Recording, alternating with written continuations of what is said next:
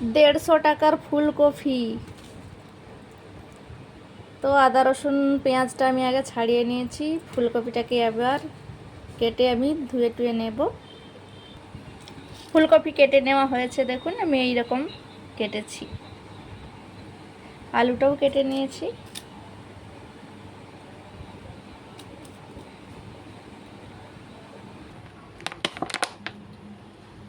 দিয়ে দিচ্ছি ফুলকপি।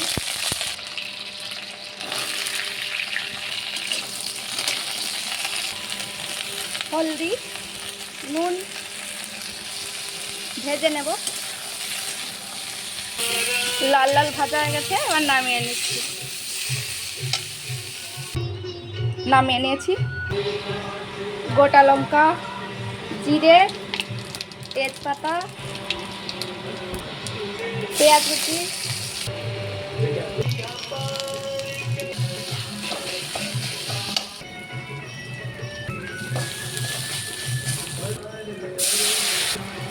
নুন,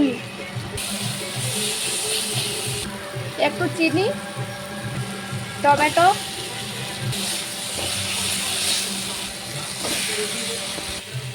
কষা নিয়েছি, জল। ফুলকপির ঝোলটা হয়ে গেছে, দেখুন।